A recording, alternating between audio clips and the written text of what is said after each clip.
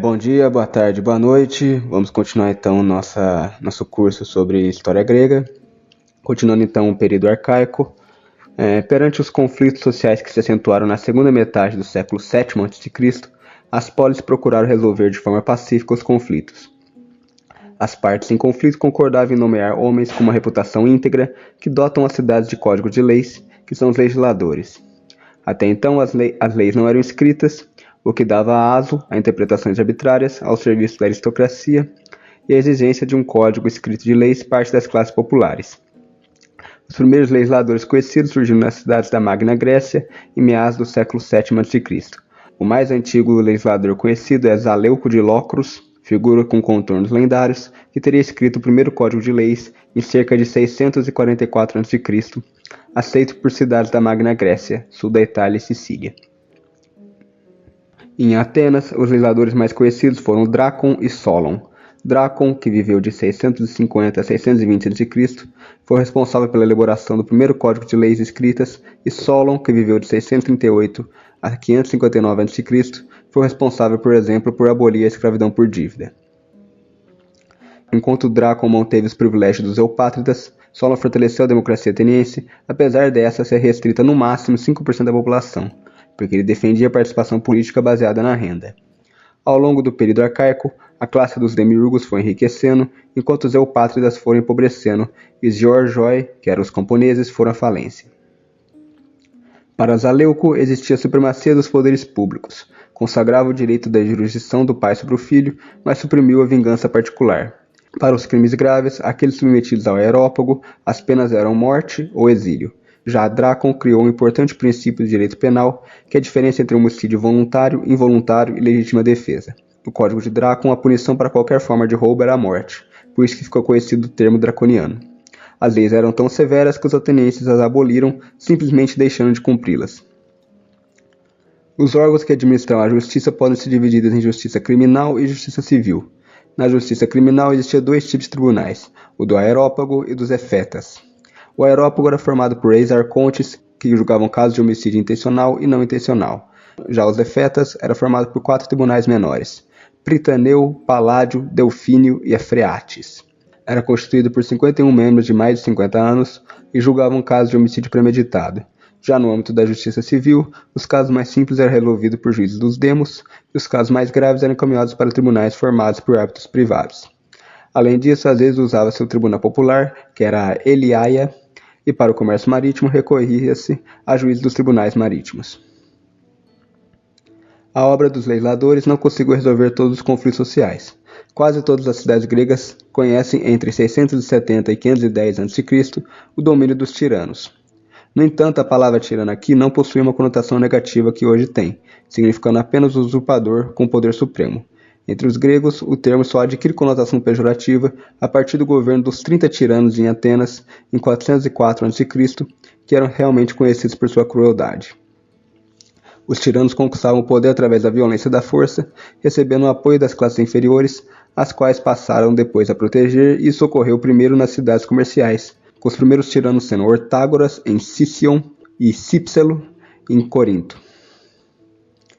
A Atenas do século VI a.C. tem o tirano Pisístrato e a cidade de Siracusa, Dionísio o Velho e Dionísio o Novo. Entre as medidas tomadas pelos tiranos, encontra-se a partilha das terras, a abolição das dívidas e a isenção de impostos. Cunhavam moedas e lançaram grandes obras públicas que permitem absorver a mão de obra sedentária e que embelezam as cidades. No campo da religião, procederam à centralização dos cultos. Os descendentes dos tiranos acabaram por não manter o seu apoio às classes populares, tornando-se impopulares. Quase todos desapareceram antes de 500 a.C., derrotados por nobres ou por Esparta. Na Sicília, a situação foi diferente, dado que, perante a ameaça dos cartagineses, os tiranos conseguiram continuar no poder até o século III a.C. O reino da Lídia tomou todos os assentamentos gregos na costa da Ásia Menor, ou seja, na atual Turquia. Lídia foi governada por Creso, ou Croesus, de 585 a.C. até 547 a.C. Cidades como Sardes, Mileto, Éfeso foram tomadas em 547 a.C., nas regiões da Eólia, Jônia e Cária, mas logo perdidas no ano seguinte.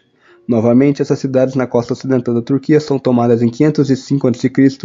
e algumas delas são retomadas em 498 a.C., como Eólia e Jônia. Cária é retomada em 496 a.C., mas logo depois, em 494 a.C., as 3 regiões são tomadas de novo. Croesus era um governante liberal e não coletava muitos impostos dos gregos, como forma de manter a paz. Ele também tentava conciliar os deuses gregos, mandando presentes para o oráculo de Delfos. Mas esse rei também estava bastante preocupado com a ascensão da Pérsia, então ele decide que ao invés de esperar uma guerra com os persas, ele decide que é uma boa ideia dar um golpe em Ciro II, que governou do século VI a.C. até 530 a.C., que é o fundador do Império Aquemênida. Então Croesus pergunta ao oráculo de Delfos se deve entrar em guerra contra os persas, e o oráculo manda uma das maiores profecias de todas, abre aspas, se você liderar um exército para além do rio Alis, você destruirá um grande reino, fecha aspas. Croesus ficou todo confiante e cruzou o rio que dividia a Lídia dos persas. Ele perdeu feia a batalha, voltou correndo para a capital Sardes, perseguidos pelos persas, abriu os portões da cidade, e Ciro II entrou, e Croesus foi morto, queimado numa fogueira, e o reino da Lídia foi conquistado. Ciro II morre em 530 a.C. e é sucedido por seu filho Cambises. De acordo com Heródoto, Cambises é insano, mas um competente expansor do império. Ele conquista o Egito e a Líbia, mas morre em 523 a.C. Alguns dizem que ele morreu numa conspiração, outros dizem que ele foi ferido numa escaramuça e morreu envenenado por gangrena depois de algumas semanas. Quando ele morre, não havia um sucessor óbvio e ele foi sucedido por Dario o Grande. Nos próximos 30 anos, Dario leva o Império Aquemênida à sua máxima extensão, mas diferente dos impérios anteriores, o Império Aquemênida é um império multiétnico, mais ou menos como foi o Império Austro-Húngaro, só que com 4 capitais: Passárgada, Babilônia, Susa e Ecbátana. Além disso, havia autonomia regional para cada uma das nacionalidades sujeitas, asseguradas pelo sistema de Sápatra. Ciro II tinha libertado os judeus do cativeiro babilônio e restituído as suas posses. Também permitiu que eles voltassem para sua terra natal e permitiu que o templo fosse reconstruído em Jerusalém, além de subsidiar a reconstrução. Os persas em geral parecem ser admirados pelos gregos e eram bem avançados também. Segundo os relatos de Heródoto, os gregos queriam ver os persas da forma mais justa possível, como pessoas a ser admiradas em algumas coisas, mas temidas em outras, já que no tempo que Heródoto escreveu, persas tinham tentado conquistar a Grécia 2 vezes. Nas partes da Grécia conquistada por Croeso e depois por Ciro II, Dario manteve uma autonomia regional para as cidades gregas que estavam lá e manteve os impostos mais ou menos no mesmo patamar que estava com Croeso. Os gregos tinham a obrigação de fornecer soldados aos persas e lutar nas suas guerras.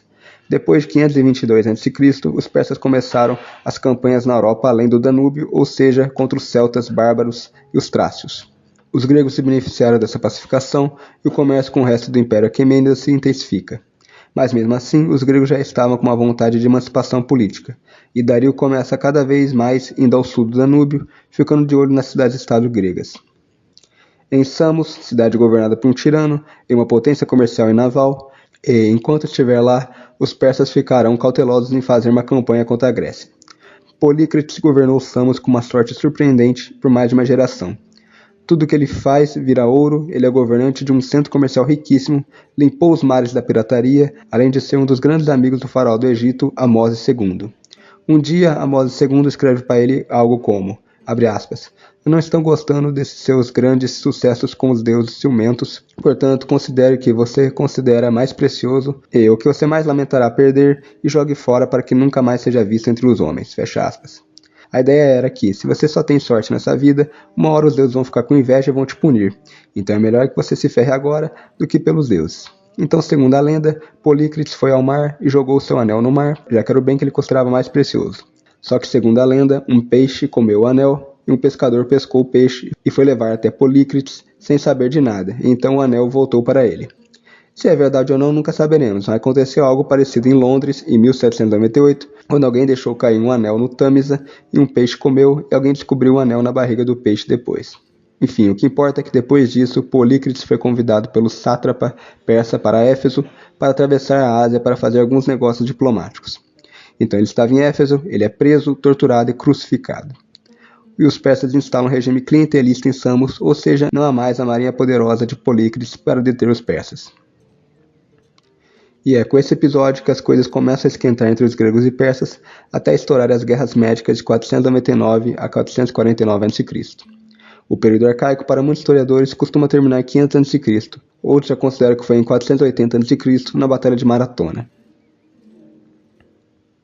Período clássico ou século de Péricles, 500 a 338 a.C. Continuando a falar das tensões greco-persas que estavam escalando, Aristágoras é apontado como tirano em Mileto e governou até sua morte em 497 a.C. Já Cleomenes I foi rei conjunto de Esparta de 520 a.C. até 491 a.C., ano de sua morte. E temos Hípias, que depois um tirano em Atenas. Nas cidades gregas do oeste da Turquia tinha a presença de 3 grupos tribais, eólicos, jônios e dóricos. Os jônios eram os mais ricos e populosos e tinham 12 grandes cidades. Como os gregos não tinham classes de governança unificadas, o domínio persa nessa região era feito através de governantes tiranos que não são muito populares para as pessoas dessa região. Em 500 a.C., Aristágoras decide invadir a ilha de Naxos para mostrar força para o povo. Então Artafênes, irmão de Dario I, fornece muito dinheiro e uma marinha para Aristágoras e eles partem para invadir Naxos. Os persas avisam que vão invadir e falam para expulsar os milesianos quando eles chegarem, e o povo de Naxos faz isso. Há uma confusão total e os gregos e persas são repelidos de Naxos e voltam furtivamente para Mileto. Como Aristágoras não tinha como pagar o dinheiro que recebeu, ele renuncia do cargo e declara uma democracia em Mileto. E ainda fala que vai liderar uma revolta contra a Pérsia e que o povo de Mileto serão os gregos livres. Ele manda mensageiros para várias cidades da costa ocidental e em pouco tempo há uma gigantesca revolta jônica contra os persas e Artafênes tem o dever de suprimir essa revolta. Então Aristágoras vai pessoalmente até Esparta e Atenas para angariar suporte contra os persas. Os espartanos não são muito gente boa para os nossos padrões de hoje. Eles estabeleceram uma constituição peculiar no ano de 700 a.C. por Licurgo, em que a cidade é governada por uma gerousia, um comitê de velhos com 2 reis conjuntos com funções cerimoniais dentro de Esparta, mas com funções militares fora de Esparta. Todos os cidadãos do sexo masculino são tirados de seus pais enquanto criança e são criados em quartéis, onde são ensinados a suportar extremos de dor e privação. Para pagar por isso, os territórios vizinhos são conquistados e os ilotas são escravizados, ou seja, são escravos públicos, e são as pessoas que cultivam a comida, trabalham e só lhes é permitido sobreviver e se reproduzir.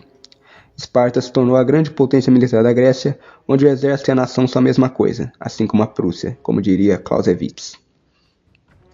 Em 499 a.C., Aristágoras chega em Esparta para pedir ajuda e diz que se eles lutarem ao seu lado, estarão lutando contra os decadentes orientais corruptos. Só que Cleomenes I se recusa a ajudar Aristágoras, porque seriam 3 meses de marcha até a capital Pérsia. Então Aristágoras decide ir para Atenas para ver se consegue alguma coisa. Atenas estava passando por uma transformação notável, já que em 600 a.C. era uma oligarquia aristocrática. Em 594 a.C., Solo criou uma constituição mais democrática que durou cerca de 30 anos. Em 561 a.C., Pisístrato dá um golpe e governa pelos próximos 30 anos como um tirano. Ele era popular e gerou um grande desenvolvimento econômico e uma tendência contínua à igualdade social. Ele morre em 527 a.C. e é seguido por Hípias, seu filho, que continua as políticas de seu pai. Mas em 514 a.C., seu irmão mais novo, Hiparco, se apaixona por um adolescente chamado Harmódio. Esse Harmódio tinha outro namorado que era Aristógito, e os dois decidem matar Hiparco e fazem de uma forma muito eficiente. Hípias continua governando por mais 5 anos, mas vai ficando cada vez mais paranoico e com isso vai ficando mais tirânico, agora no sentido clássico do termo, mais ou menos como o último czar da Rússia, Nicolau II, que também ficou desesperado com medo de morrer para os comunistas e tomou algumas medidas bem tirânicas no final do seu governo. Em 519 a.C., Hípias é deposto e expulso pelos atenienses, que declaram uma democracia. Hípias tenta pedir asilo para Esparta e ajuda para retomar Atenas, mas não consegue, então tenta pedir asilo com Dario.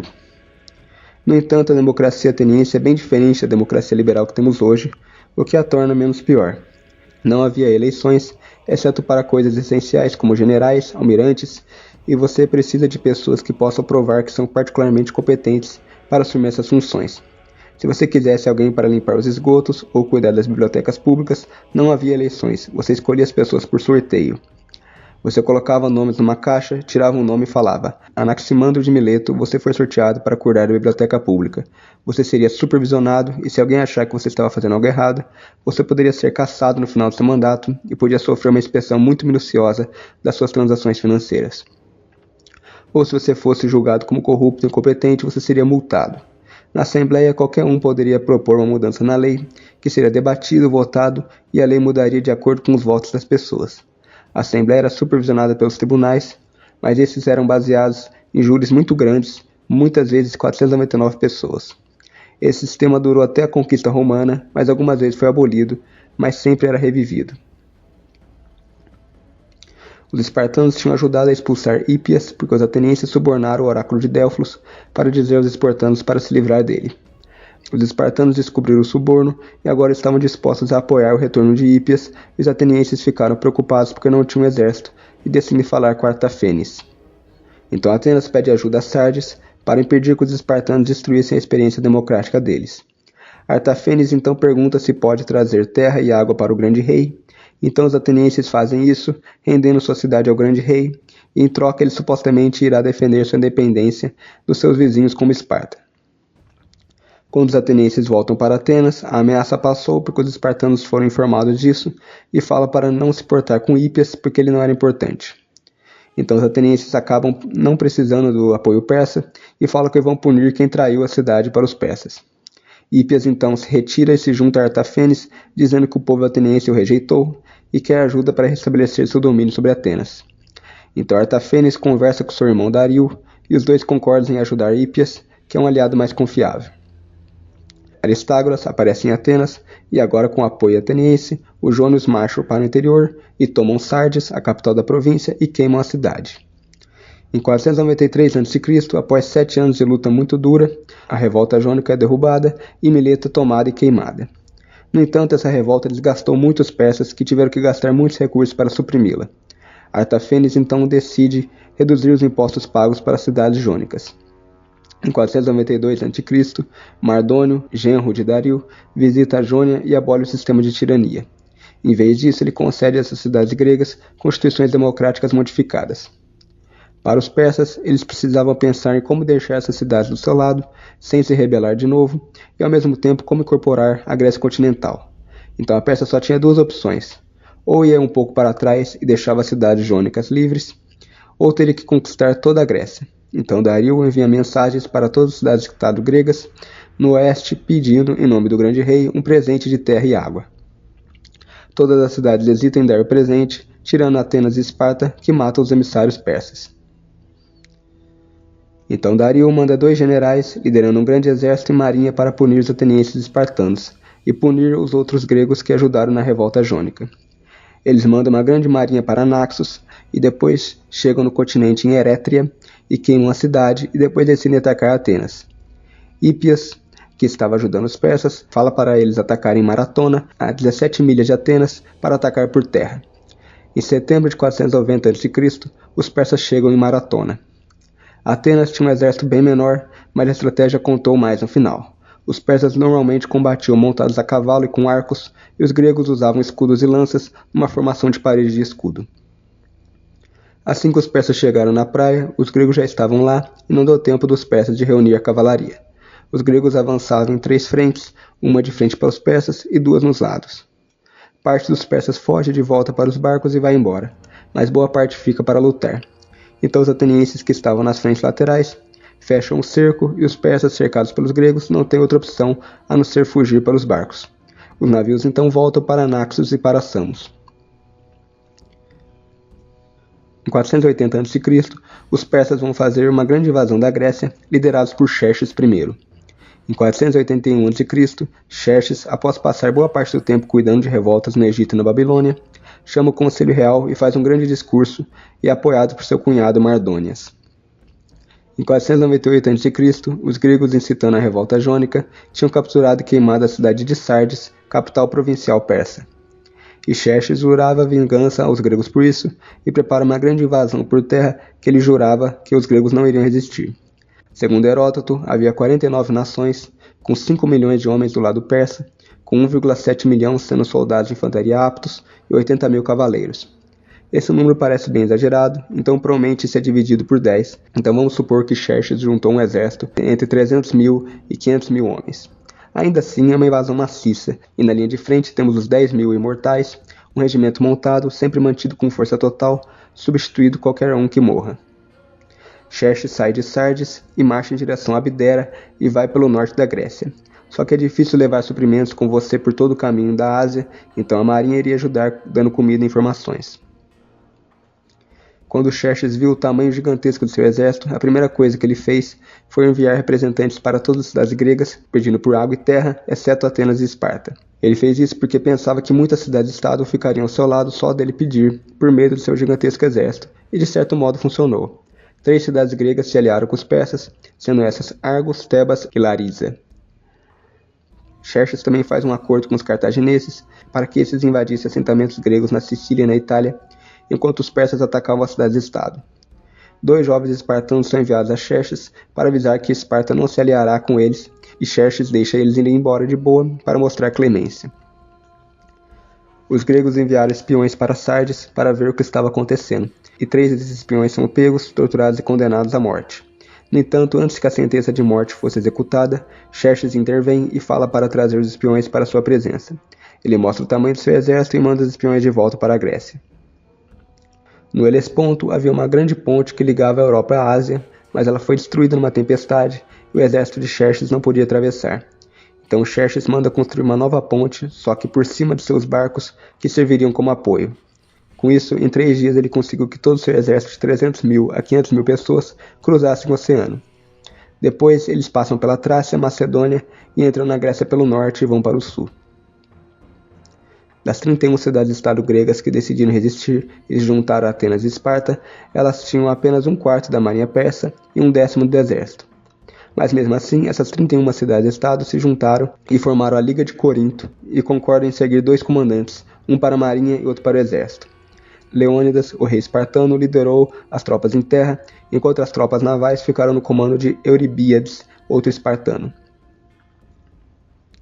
A estratégia espartana era abandonar a maior parte da Grécia continental e recuar para o Peloponeso. Eles construíram um muro através do istmo de Corinto e defenderiam a ponte principal do continente grego para o Peloponeso, assim protegendo Corinto e o território espartano. E usariam a força naval grega para impedir que a frota persa desse assistência às forças terrestres persas. Os atenienses observaram que isso os deixaria totalmente expostos aos persas e propõem que os persas têm que ser impedidos ainda no norte. Então a primeira ideia deles era montar uma defesa nas passagens pelo Monte Olimpo, no extremo norte da Grécia. Mas quando os engenheiros gregos chegaram lá, perceberam que não há como defender ali, porque há muitas maneiras de contornar qualquer linha defensiva. Então eles viram que era necessário ir mais para o sul, para as Termópilas, que era uma passagem bem estreita, que os persas necessariamente teriam que passar por ali para ir para o sul por terra. E como o terreno grego tinha um solo muito pobre, que não fornece comida, Xerxes teria que planejar minuciosamente com uma lista de lugares e datas para passarem o mais rápido possível pela Trácia, Macedônia e pelo norte da Grécia, e chegar em Atenas e queimar a cidade, e os gregos se renderem. Se um exército grego conseguisse atrasar os persas nas Termópilas por 6 semanas, seria algo desastroso para os persas, que começariam a ficar com fome e o exército entraria em desespero. E se os persas quisessem fornecer mais suprimentos para forças terrestres por meio da marinha, eles teriam que enfrentar a marinha ateniense, e a marinha persa era bem menos poderosa que seu exército. Os atenienses podiam subornar e chantagear, e fizeram a Liga de Corinto concordar que haverá uma defesa nas Termópilas. Esparta não queria mandar forças para as Termópilas, porque estavam em época de festas religiosas e os Jogos Olímpicos, mas Leônidas concorda em ir junto com a sua guarda pessoal de 300 espartanos hoplitas e 900 ilotas auxiliares. Os hoplitas eram infantaria pesada usada por muitas cidades-estado e mais tarde, às vezes, como mercenários durante o período helenístico. Eles muitas vezes formavam a formação chamada falange e se tornava a base de qualquer batalha grega. Já os ilotas eram um grupo escravizado de camponeses espartanos que foram forçados a lutar por Esparta na guerra e recebiam liberdade por extrema bravura na guerra. Eles formavam a infantaria leve e careciam de blindagem significativa para que pudessem atravessar terrenos traiçoeiros que os hoplitas não eram capazes de atravessar. Muitas vezes, depois que um ilota recebia a liberdade, ele era designado para guardar a fronteira ou se tornar um hoplita. A passagem pelas Termópilas era muito estreita, cerca de 50 pés em alguns lugares. Leônidas tomou a posição logo atrás da muralha reparada e a frota grega está se abrigando em peso no Cabo Artemisiano, que é um ponto na ilha de Euboea. Então os gregos segurariam os persas nas Termópilas o máximo possível e os persas tentariam colocar sua marinha em jogo para quebrar o impasse, e os gregos obteriam uma vitória naval e os persas teriam que recuar. Só que Xerxes chega na passagem das Termópilas muito antes que os gregos esperavam, então você tinha pouco mais de 1000 gregos para proteger a passagem. No entanto, os persas geralmente ganhavam por causa da sua cavalaria, com escudos de vime, lanças curtas, sem armadura e sem proteção na cabeça. Então eles sempre contavam com a cavalaria, com os arqueiros para amolecer antes do ataque, e então a infantaria terminaria o trabalho. Só que numa passagem muito estreita como as Termópilas, não há como os persas usarem sua cavalaria. Os hoplitas estavam no terreno ideal para a formação da falange, além do fato de ter armaduras pesadas. Então os espartanos resistem bravamente por 3 dias de batalha, mas Leônidas é traído. O grego Efialtes desertou para o lado persa e contou ao rei Xerxes que havia uma outra forma de entrar nas Termópilas. Isso foi a salvação dos persas, pois diante dessa informação, eles começaram a invadir o território por outro caminho que não estreito. Então no terceiro dia, Leônidas e Demófilo morrem em batalha. Os espartanos lutavam como homens livres, enquanto os persas lutavam sob chicotadas, não havendo disciplina no exército. Segundo Heródoto, os gregos tiveram de 1000 a 4000 baixas, enquanto os persas tiveram mais ou menos 20.000. A batalha dura 7 dias, se contar que Xerxes fica 4 dias assistindo os espartanos. Depois, ainda tem a batalha naval do Cabo Artemísio, onde os dois lados saem com pesadas baixas, e eventualmente a frota grega se retira para Salamina. Os persas então retomam sua caminhada até Atenas, com nada no seu caminho. Os atenienses, desesperados, pedem conselhos ao oráculo de Delfos, que diz que é melhor desistir e fugir. Mas os atenienses não se convencem e pedem outro conselho, onde agora Apolo fala que as coisas não iriam correr bem para eles, mas se você se abrigar atrás de suas muralhas de madeira, você pode sair dessa vivo. Então os atenienses acham que deve fortificar a Acrópole com uma paliçada de madeira. Temístocles fala que o que Apolo quer dizer é que eles deveriam confiar na sua frota essa que ele passou anos incitando os atenienses a construir. Então todo mundo que puder deve abandonar Atenas, levar as mulheres e crianças através das ilhas, e todos os homens devem ir para a frota e levar a batalha para o mar. Os persas devastam toda a Boécia, a Ática, mas encontram Atenas com quase ninguém, exceto algumas pessoas no templo de Atene e Polias. Então Atenas é saqueada e queimada pelos persas. Então, para Xerxes, a missão estava cumprida, e agora era só esperar que as outras cidades-estado declarassem lealdade a ele. Bom, então é isso, o vídeo já está muito grande, para deixar um clímax aqui, um cliffhanger. Continuamos o fim das Guerras Médicas no próximo vídeo. Obrigado a todos que assistiram, até mais.